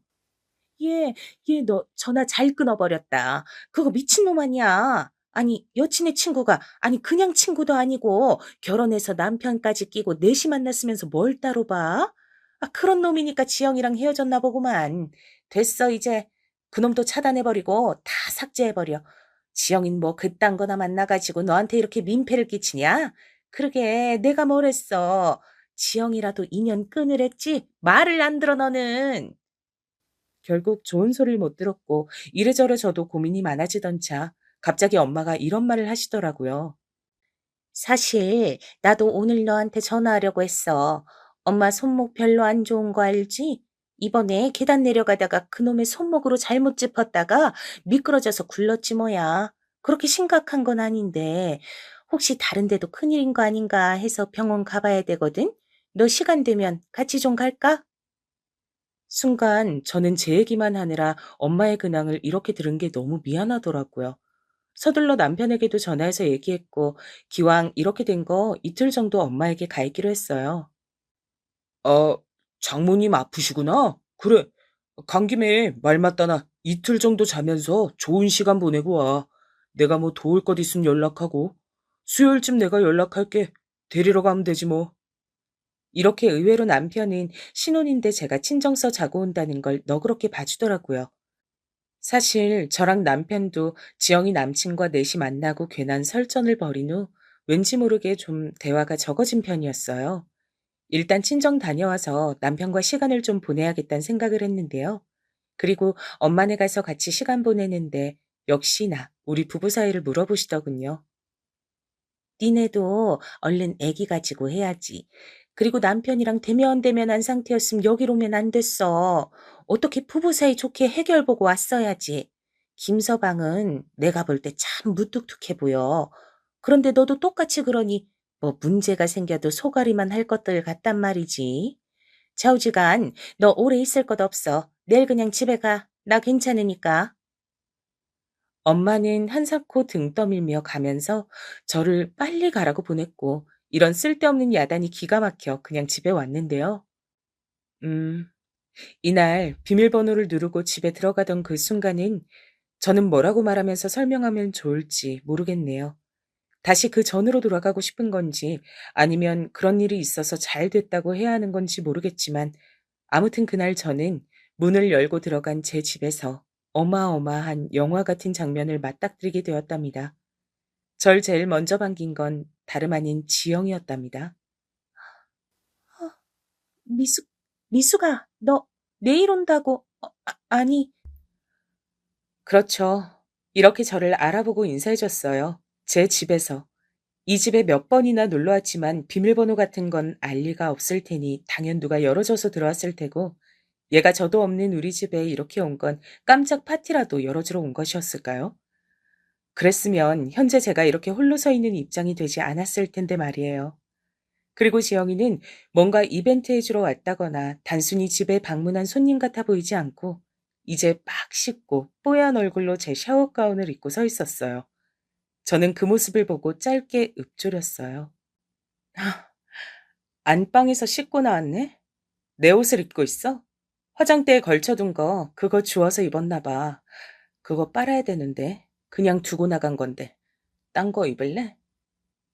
그러자 지영이는 뭔가 잘못한 게 있는 사람처럼 바들바들 떨면서 마치 귀신을 본 양 말을 몇 번이나 더듬는 거예요. 씻고 나와서 추웠던 건지 입술을 막 떨고 있었어요. 미, 미수가, 그게 아니라, 그게, 저기, 아니, 잠깐만. 그런 와중에 안방 화장실에서 곧장 수건을 머리에 뒤집어 쓰고 나온 건 바로 제 남편이었답니다. 역시 이 집에서 그러고 같이 나올 사람이 제 남편밖에 누가 더 있겠어요? 남편 역시 얼굴이 허옇게 질려서는 똑같은 말을 하더군요. 다, 당신 내일, 아니 저기, 당신 있잖아. 그게 잠깐만, 나 옷 좀 제대로. 저는 곧장 옷방 쪽으로 발걸음을 옮겼고 신혼여행 때 썼던 캐리어 큰 것 2개를 꺼냈어요. 그리고 그걸 활짝 열어 그 안에 지금 계절에 맞는 옷들부터 차근차근 집어넣었답니다. 그런 와중에 지영이는 저를 쫓아나와 주절주절 뭐라고 말을 하는데 하도 웅얼거리며 말을 해서 잘 안 들리는 거예요. 좀 시끄럽게 느껴져 저는 슬쩍 제지를 했어요. 뭐라 그러는지 하나도 모르겠네. 잠깐만, 나 짐 좀 정리하고. 아, 커피 마실래? 그러고 곧장 부엌으로 건너가 제가 즐겨 마시는 커피 머신 버튼을 눌러놨어요. 이때 요란스럽게 울리는 커피 분쇄하는 소리에 지영이와 남편은 거실에서 더 움직이지도 못하고 각각 무슨 멍청한 짐승 마냥 우뚝 서서 안절부절하고 있더라고요. 커피 마실 거야? 지금 별로 안 들어있는 것 같은데, 원두가. 일단 나 먼저 마신다. 제 말에 남편이 넋이 나간 얼굴로 소파에 크게 주저앉았고 그 광경을 본 지영이는 곧장 제 앞쪽으로 다가오더니 옷을 잡더라고요. 미수가, 잠깐만, 저기, 나 말할 시간 좀 주라, 응? 저기, 너 많이 화난 거 알아. 할 말 있을 거 아니야, 너도. 얘기 좀 하자, 우리. 잠깐, 하던 것 좀 멈춰봐. 뭔 얘기를 해? 니네나 하던 거 멈추지 말고 잘 놀든가. 아, 내가 자리 피해줘야 되지? 나 이것만 마시고 금방 간다니까. 있어, 있어. 편하게 있어. 나 간다. 그러고 저는 커피잔을 들고 살살 식힌 다음 바로 후룩 마시고 싱크대에 쿼당하고 처박았어요. 다시 생글생글 웃으며 옷방으로 넘어가 캐리어 안에 옷들을 넣었고요. 우걱우걱 다 집어넣은 다음 캐리어를 딱 세워서 자글자글 바퀴 굴러가는 소리가 나도록 바닥에서 끌었답니다. 남편은 아예 머리를 쥐뜯으며 고개를 무릎에 파묻은 상태였고 전 그대로 나가 현관에서 신발을 신고 있는데 지영이는 이내 저에게 화를 내며 소리 지르는 게 아니겠어요? 야, 김미숙! 너 뭐야? 네가 뭔데 지금 그렇게 잘난 척이야? 네가 그렇게 잘났어? 화라도 내. 지금 너 억지로 괜찮은 척, 화 안 난 척 생떼 쓰는 거 다 보여. 이제 막 현관문을 열었던 저는 그 말에 곧장 지영이를 노려보았고 그 상태로 여전히 웃음이 나와 참기 힘들더라고요. 그리고 이윽고 말을 해주었네요. 대단하다 너. 나한테 그런 말 할 정신도 있구나. 하긴 이제부터 얼마나 초조하겠어. 친구였으니까 조언 하나 해줄게. 너 곧장 산부인과 가보는 게 좋을 거야. 요가 강사한다고 몸이 재산이라던 애가 어떡하냐 이제? 부인과 병 걸려서 제대로 뭐 운동하면서 사람 가르치고 할 수 있겠어? 제 말에 지영이 얼굴은 울그락불그락하다 못해 아주 무지개색이 될 지경이더군요. 억지 부리지 마, 너. 지금 이글이글 열받아서 나한테 엿먹이려고 뻥치는 거잖아. 진짜 추하다, 너. 화낼 거면 화내봐. 자존심 상한다고 얘기해보라고. 내가 먼저 얘기해볼까? 창호 오빠가 먼저 연락했고, 난 오빠가 하도 매달려서. 아, 됐어. 나 그동안 대충 눈친 챘어. 너 예전부터 내 거 쓸만한 거 있으면 맨날 달라 그러고 따라하고 가지려고 난리를 쳤잖아. 설마 설마 했는데, 야, 어떻게 결혼식까지 와서 가방순이하고 다 돕던 년이 친구 남편까지 잡아챌 생각을 해? 화를 내라고? 화는 진즉 그간 네가 내 남편이랑 아슬아슬 감정 타기 하면서 나 놀리는 거 느끼면서 그때 실컷 지옥이었어. 제 말에 남편은 일어서서 저를 아주 애원하는 눈으로 보며 비굴하게 쭈뼛거렸고 지영이는 자기가 생각했던 반응은 아니었는지 눈이 마구 흔들리더군요. 근데 너 진짜 멍청하다. 적당히 연애하는 기분만 내고 끝내던가. 끝까지 가버렸어. 기어코? 그런 거 안 했으면 끝까지 나 놀려먹고 속으로 비웃어가면서 여자로서 입지는 내가 너보다 한 수 위라고 우리 남편 감정 잔잔하게 이용해가며 놀 수 있었을 거 아니야. 얼마나 재밌어 그거. 그치? 너 그동안 재밌어 죽겠었지? 어? 이때부터 지영이는 마구 일그러진 누군가와 싸우기 직전에 그 사나운 표정을 짓고 절 쏘아보며 이를 막 갈더라고요. 얼씨구. 왜? 어머 어머 무서워서 어떡하냐 나? 뭐라도 던질 기세네. 하여간 그렇게 적당히 놀고 말든가. 왜 잠자리하고 끝까지 갔어 이 멍청아. 아휴 이제 우리 남편도 아닌 그냥 저 사람 말이야. 몸에 아주 균이 드글드글하거든. 나 부인과 치료 꾸준히 받고 있었고 아기 갖는 거 좀 시간 늦춰야겠다고 너한테 상담했던 것도 그것 때문이거든. 이 말에 지영이 동공은 엄청 확장되는 듯했고 남편은 제가 본인한테 상담 안 했던 얘기라 그런지 놀라서 뭐라고 반박하려 들더군요. 입 다물어. 입 열지 마 당신은. 그간 내가 거부한 건 다 원인이 당신 때문이었던 거야. 그것도 모르고 발정이 나서 와이프 친구한테 그 더러운 균을 또 옮기고 있었어? 하여간 당신도 당신이다. 지영이 넌 어쩔래? 내 뒤통수 치려다 너는 온몸이 박살나게 생겼네? 불쌍해서 어째? 내가 써보고 버린 쓰레기를 네가 다시 굳이 주워가서 쓴다는데 뭘 맞겠어. 잘 써. 또 버리면 안 된다. 그러고 저는 캐리어를 질질 끌고 곧장 엘리베이터 버튼을 눌렀고 어안이 벙벙한 멍청이 둘을 두고 사라졌어요. 사실 저도 심장이 두근두근하고 미칠 것 같았는데 어쩌다 그런 대처를 했던 건지 스스로도 놀라울 지경이었네요. 맞아요.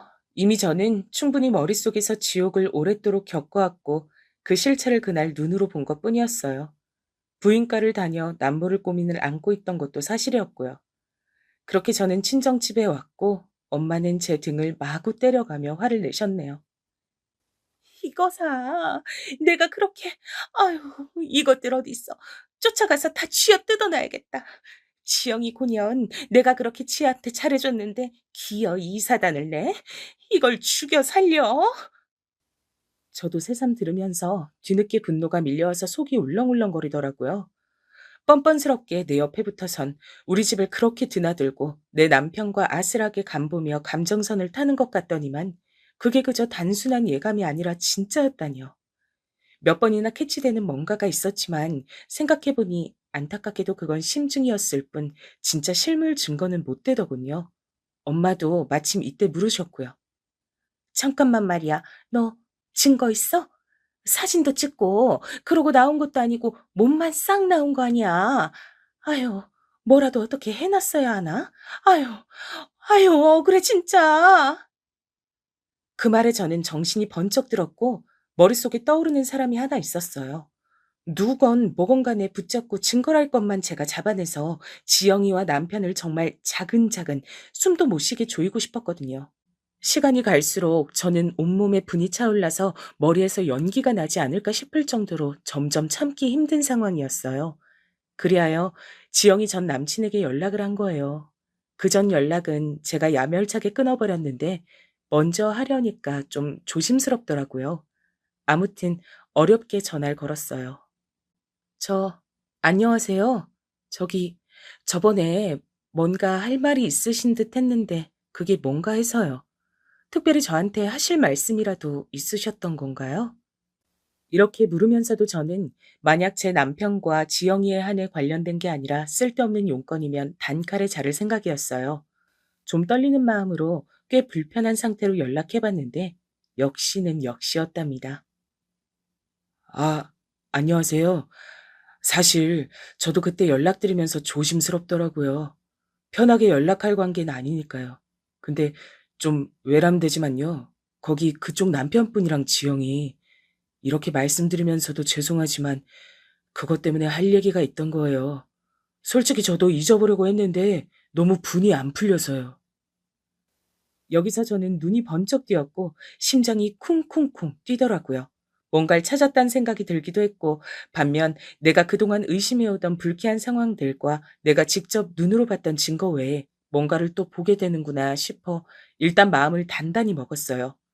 얘기를 좀 나눠보니 이분은 훨씬 일찍 눈치를 챘더군요. 저는 진즉 알 수밖에 없었죠. 지영이네 집 자주 드나들었고 서로 핸드폰도 수시로 보는 사이였으니까요. 언젠가부터 안 보여주려고 했고, 아무튼 그들 관련해서 필요한 증거가 필요하시면 당장 보내드릴 수 있어요. 여기서 저는 침이 꿀꺽하고 넘어가더라고요. 일단 숨을 고르고 다시 들었어요. 안 그래도 제가 지영이랑 헤어진 건 걔가 그쪽 남편분, 그니까 창호 형님 이랬던가요? 그분과 몰래 연락하는 카톡을 봤거든요. 비밀 메시지로. 그래서 제가 먼저 4시 만나게 해달라고 요청했고 말은 안 하고 그날 그 형님 하는 낌새를 살핀 것뿐이에요. 그럼 정훈 씨가 만나자고 그 자리를 만드셨던 거예요? 저보고는 그렇게 말 안 했거든요. 정훈 씨한테 여자가 있는 것 같다고 좀 봐달라면서 4시 만나자고 했던 거예요. 근데 아니었나 보네요. 이 말에 이분은 왈칵 화가 났는지 못 참으시더라고요. 뭐라고요? 제가요? 웃기네요, 진짜. 제가 자기를 의심하니까 본인이 먼저 나서서 별 사람 아니다, 증명해주겠다, 그랬던 거예요. 그래 놓고 뭐요? 저한테 여자가 있어요? 와, 기가 막히네요. 결국 지영이는 자기 남친이 의심해서 저렇게 요구를 하니 어쩔 수 없이 넷이 본 거였던 거예요. 어쩐지 그때 왜 갑자기 그런 자리를 만들었나 했네요. 그것 때문에 저 역시 남편과 지영이의 사이의 의심을 살짝 걷었었거든요. 휴. 이미 헤어졌지만 저는 증거 많이 갖고 있고요. 필요하다면 드릴 수도 있어요. 자꾸 거짓말하는 거 걸리고 여친 집 앞에 웬 남자 차가 있고 설마 했는데 그게 창호 형님이었더라고요. 저야 헤어지면 그만이지만 아니 헤어지고서도 솔직히 기분 더러워요. 근데 그쪽은 더 힘드시겠네요. 그 차가 저희 남편 차였다고요? 솔직히 저는 제가 눈으로 직접 본 증거는 없었는데 저 일단 눈으로 본 못 볼 꼴은 있었어요. 근데 정호 씨는 좀 더 아시는 게 많았나 봐요. 말로 설명드리기보다 그냥 사진 다 보내드릴게요. 지영이가 하도 잡아떼서 저도 열받아서 남겨뒀던 건데 제가 갖고 있어서 뭐 하겠나요? 걔 제가 알기로 두 분 결혼하시고 얼마 안 됐을 때부터도 창호 형님이랑 몰래 연락하고 있었다고요. 그리고 이미 아신다니 말하는 거지만 창호 형님도 어지간히 지영이한테 추파 던지시던데요. 일단 한번 다 확인해 보세요. 휴. 저는 이런 동정과 걱정까지 받아가면서 그 증거들을 다 받았고요. 뒤늦게 분노들이 추가적으로 몰려오면서 제 눈으로 확인한 증거들을 토대로 복수를 계획하게 됐어요. 왜냐면 정말 가관도 아니더라고요. 그중 저를 가장 열받게 했던 것, 넷이서 만난 날, 그날도 뒤에서 몰래 연락하면서 이딴 말을 짓거렸던 내역이에요. 오빠, 왜 미숙이한테 정호가 관심 있어 보인다는 쓸데없는 말을 했어? 미숙이가 그 짧은 순간 나보다 지가 더 이뻐서 내 남친이 관심 가진 줄 착각했을 거 아니야. 기가 막혀, 진짜. 걔는 맨날 나한테 밀렸어. 나한테 안 된다니까? 그건 그냥 내가 정호 씨한테 질투나서 한 말이야. 그날 보니까 꼴 보기가 싫더라고. 별 뜻 없이 한 말이야. 당연히 자기랑 와이프랑 어떻게 비교를 해. 자긴 내가 첫눈에 반해버린 사람인데. 진짜 심장이 멈추는 줄 알았다니까. 이따위 대화들을 나누면서 이들은 얼마나 스릴 있고 재밌었을까요? 계속 우리 남편이며 심지어 시어머니한테도 생글생글 웃어가며 계속 알짱거리던 지영이. 저한텐 전혀 그런 의도가 없는 듯 아주 뻔뻔하게 굴었어요. 저희 엄만 제발 조용히 끝내라 했지만 전 그러고 싶지 않았어요. 엄마, 나 평생을 인연한테 당한 기분이야. 이건 친구가 아니라 금수반도 못하고 짐승도 비교하기 불쌍할 정도야. 친구랍시고 보냈던 날들은 내가 지보다 못나 보이니까 편해서 어울렸던 건가 봐. 심지어 남편까지 불러서 관계까지 가져? 나는 좋게 끝내주고 싶지가 않아. 아유, 모르겠다. 네가 내 말을 언젠 들었냐? 그럼 다 됐으니까 너한테 손해만 안 가게 일 더 안 커지게 마무리 잘 해봐. 그렇게만 된다면 뭐가 문제겠어. 그리하여 저는 머리를 열심히 굴려 일단은 남편에게는 특별히 뭔가 경고를 한다든지 연락 같은 것을 일절 취하지 않았어요. 남편은 계속 안절부절 제 눈치를 봤고요. 잠깐 친정에서 머리만 식히겠다고 했더니 외려 벌벌 떨더라고요. 그, 그래, 여보. 나 기다리고 있을게. 기다리고 있어, 정말.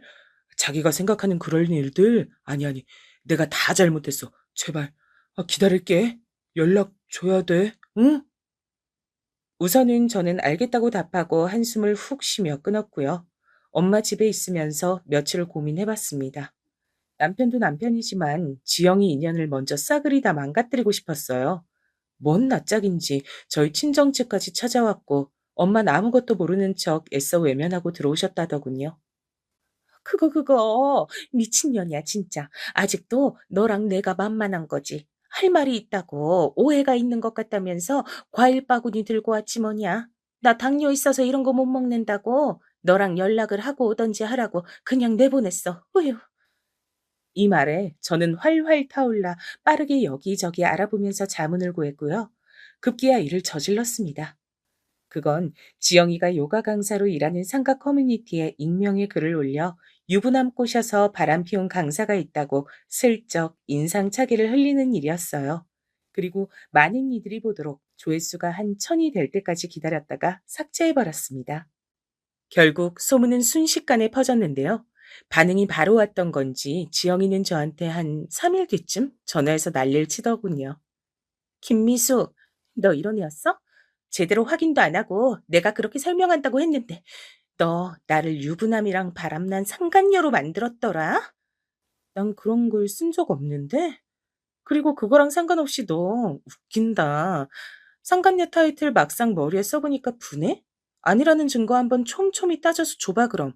그리고 생사람 잡지 마. 내가 썼단 증거 있어? 지영이는 여지껏 대학 일에 살아오며 자기한테 순둥하게 받아주기만 하던 제가 반격한 것에 꽤 충격을 받았더라고요. 그리고 남편에게도 통보했어요. 나는 당신이랑 다시 살아볼 생각인데 계속 지영이 만날 거야? 만날 거면 난 이혼당하기 억울해서 시댁에 다 알리고 당신 회사 팀에도 알려서 자문을 좀 구해보고 싶어. 어떻게 하고 싶어? 이 말에 기겁을 한 남편은 그날 저한테 걸리고 꽤 인간답지 못한 삶을 살았던 건지 허겁지겁 수습하려 들더군요. 나, 나도 당신이랑 살 거야. 정말 설명할 기회를 줘. 지영 씨, 아니, 그 친구. 정말 다신 안 봐. 연락도 될 뭣도 없이 다 지워버리고 정리할게. 나한테 기회를 줘. 제발, 여보. 그래서 저는 알겠다고 했고, 지영이에게 곧장 전화해서 약을 올렸습니다. 진짜 이런 날이 올 줄 몰랐네요, 정말. 어떻게? 글 올린 범인은 찾았어? 요가 학원 망하게 생겼다며. 이제 어떡할 거야? 네 말 듣고 나도 그 커뮤니티 가입해서 봤더니 난리가 났더라. 너 상간녀로 찍혀서 그렇게 회원들이 환불하고 상가 건물에 항의했다며? 세상에 남편 뺏긴 아줌마들이 되게 많나 봐. 감정이입해서 다 너한테 폭탄을 쏟아버렸나 보네. 이, 이, 왜 전화했어? 너 진짜 죽을래? 이게 정말? 저는 지영이가 대꾸할 시간도 주지 않고 바로 세게 쪼아댔어요. 그건 그렇고 넌 어떡할래? 우리 남편이랑 더 만날 거야? 부인과는 가봤어? 약이라도 빨리 먹어야 되는 거 아니야? 학원 잘리는 것보다 몸 난리 나는 게 먼저잖아. 그래야 잘려도 어디 가서 일을 구하지. 그러다가 너 실업자 돼. 어쩌려고 그래? 야, 이게 진짜 네 말 다 개뻥인 거 알거든? 나 몸 멀쩡해. 말 나왔으니까 말인데. 좋아. 이제 다 까놓고 말하자. 내가 뭐 좋아서 만났겠어? 네가 그 사람 외롭게 했다며. 그렇게 너로는 만족이 안 된다고 징징거리는 거야, 창호 오빠. 얘기 좀 들어주다가 술김에 그렇게 된 거야. 나 그렇게 나쁜 애 아니다. 전 웃기지도 않아서 바로 받아쳤어요. 어머, 얘 좀 봐. 사람 말을 개똥으로 하네? 너도 지금 똑똑히 들어서 알고 있는 거 아니야? 내가 그 사람 외롭게 했다고? 왜 외롭게 했겠어? 균이 옮아서 병원 다녀야 되니까 거리둔 거였지. 그 말을 듣고도 생각을 연결할 줄을 모르네, 너? 진짜 멍청하다, 지영아. 머리가 안 되니까 몸으로 돈을 벌어야 되는데 그 몸으로 일이나 할 수 있겠냐고. 그리고 우리 남편, 이제 너 안 만난대? 제 말에 멈칫한 지영이는 그나마 지보다 돈 있고 멋있어 보이는 우리 남편이 지를 버릴 리 없다고 생각했나 봐요. 어? 야, 너 웃기지 마. 어디서 이간질이야. 나 어제도 오빠랑 있었어. 웃기고 있네, 진짜. 와, 세기의 사랑이네. 그래서 안심했어? 너랑 왜 있었는지 이유야 나는 모르지. 너 적당히 갖고 놀다 버릴 건가 봐. 좀 전에 나한테 네 욕을 그렇게 하더라. 아쉽다. 녹음해서 들려줄 걸 그랬나 봐. 너 직장도 잘리고 우리 남편한테 버림받고 불쌍해서 어떡해? 그러자 지영이는 저에게 욕을 해대는데 전화 끊어버렸어요. 이후로 저는 그간 받아둔 증거들을 싹 모아서 남편에게 이혼 통보를 했답니다.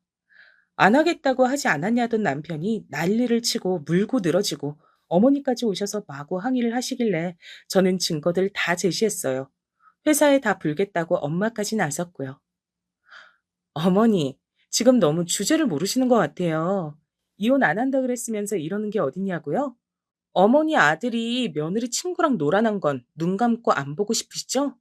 자꾸 이러시면 저 괘씸죄로 계속해서 더 돈 요구할 거예요. 어머니 아들 회사에도 다 불어버릴 거고요. 어머니는 결국 이런 부분에서 멈칫하시고 남편도 저한테 뭐 입이 100개라도 할 말이 있겠나요? 그리고 상간녀 소송까지 걸어 지영이 년이 돈 없다고 악을 쓰는 걸 걔네 엄마한테까지 알려서 기어이 받아냈네요. 이런 일로 연락드리기 싫었는데 진짜 어쩔 수가 없어서요. 이번에 돈 안 주시면 저 화병 나서 죽을 것 같아요. 진짜 사고 칠 것 같은데 그냥 이 돈 주시고 딸 뒤처리 하실래요? 아님 일 크게 만드실래요? 간만에 연락이 된 지영이 어머니는 이 소식에 기겁을 하셨고 어쨌건 본인 자식 편을 서서 뭐라 수습하시려다 결국 돈 주시고 연락 끊으시더군요. 그리하여 저는 이래저래 금전적으로는 없는 것보다 나은 돈 잘 받아 챙겨 이혼했고요. 지영이는 대학 동기인 친구한테 들은 얘기로 오죽 지인이 없고 뭐가 없으면 거기까지 연락이 가서 일자리를 소개시켜 달라 했다네요. 여하튼 상황은 안 좋은 걸로 알고 그 이후의 근황은 모르겠어요. 남편은 이혼하는 끝물에 저를 엄청 원망하는 듯 하더니 이유가 있었더라고요. 이혼하면 안 되는 아주 극보수적인 시댁 집안에서 사람이 아닌 존재로 찍혀서 따로 나와 산다고만 들었어요. 뭔가 지원도 못 받고 험한 상황이 있을 걸 예상하니 이혼하기 싫었나 보죠. 그러니 더더욱 저런 꼴을 당해도 싸다고 생각합니다. 저는 이제 앞일을 어떻게 할지 뭘 할지 정하진 않았지만 이혼으로 인해 생긴 돈이 얼마 있으니까요. 상처받은 마음은 돈으로 잘 치료하고 새 길을 살아가 보려고 해요. 그럼 모두들 건강하시고 아프신 분들 없길 바랍니다. 감사합니다.